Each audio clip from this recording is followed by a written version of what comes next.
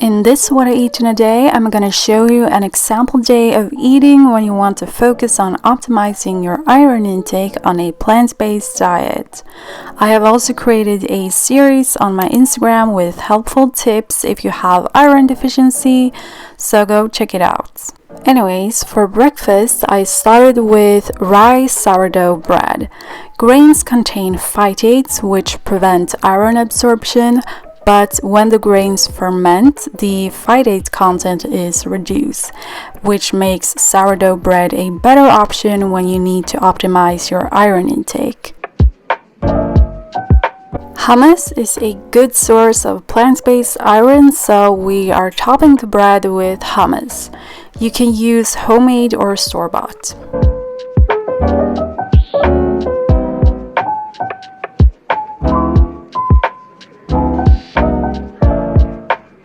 I'm also topping the sandwich with sauerkraut, not only because it tastes really good, but some studies suggest that sauerkraut may help to increase iron absorption, and cabbage is also rich in vitamin C, which improves the absorption as well.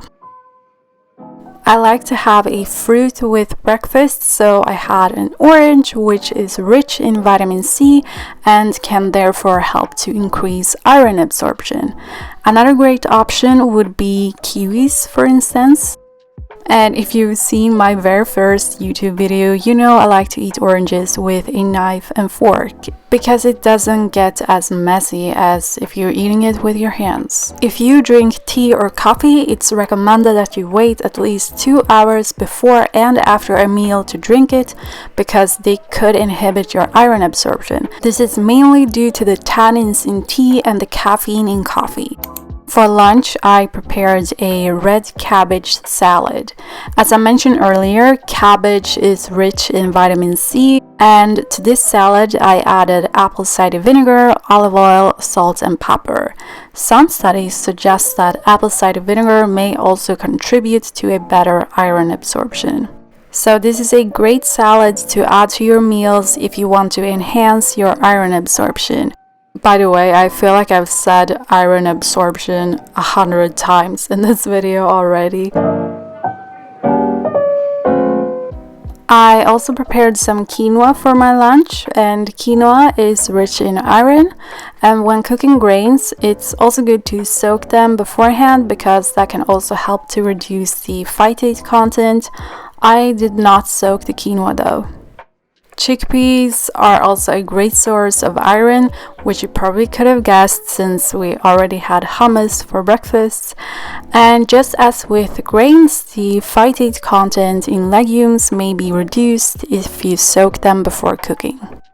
As I said, it's good to add a vegetable that is rich in vitamin C to your meal, but you can of course also add other vegetables to your plate just for the taste.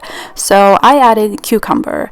By the way, another vegetable that is rich in vitamin C are bell peppers, but they are very expensive right now, so I choose cabbage instead. And I also added some extra sauerkraut.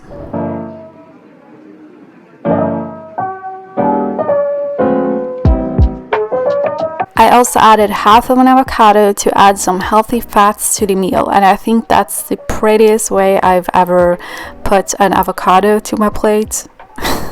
And it's not even that pretty, but yeah.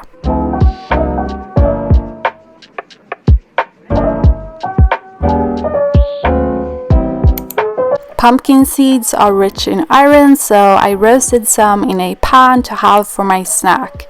Seeds and nuts also get a lower phytate content from soaking them first, but if I'm being realistic, I soak some foods but not all of them, as you probably can tell.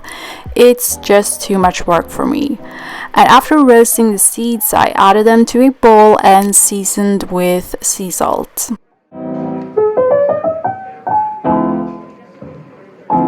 Dark chocolate is one food that is quite high in iron, but it can also reduce iron absorption.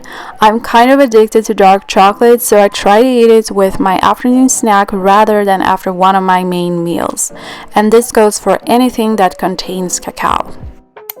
For dinner, I made a lentil bolognese, and here I actually am soaking some red lentils for about 30 minutes to an hour before cooking. And lentils are very high in iron, so this is a great meal to have for your dinner. When it was time for cooking, I added 1 red onion and garlic to a pot. Then I added a diced carrot. I seasoned it with dried basil, oregano, thyme, salt, and pepper.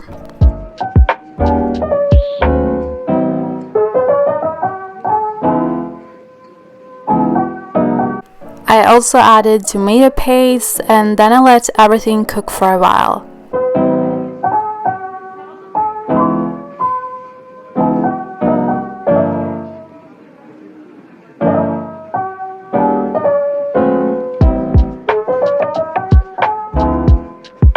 I also made sure to prepare the pasta water, and I added sea salt to it, of course, but the camera wouldn't focus.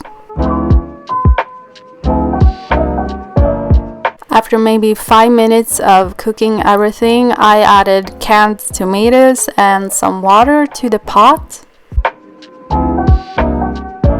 I then drained and rinsed the lentils before adding them to the pot as well.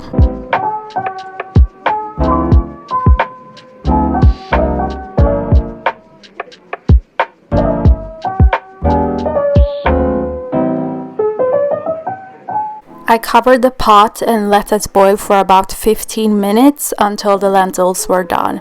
It's also kind of nice to add a bay leaf, but I forgot. I added whole wheat spaghetti to the pasta water, and whole wheat pasta has a higher fiber and mineral content than white pasta, so that's why I chose it.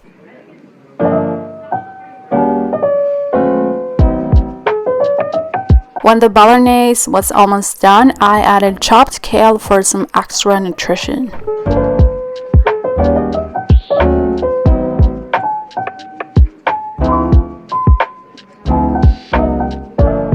I prepared some frozen broccoli to steam, and broccoli is also a good source of vitamin C, but if you cook it, the vitamin C content may be reduced. However, if you steam it rather than boil it, the broccoli won't lose as much of it.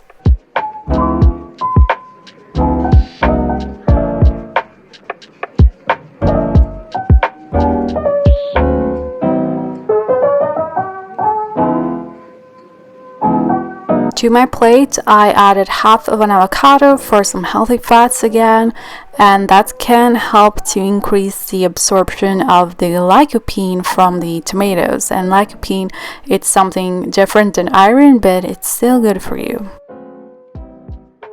I also decided to add more of that red cabbage salad to increase the iron absorption further. And we can't forget to add the steamed broccoli.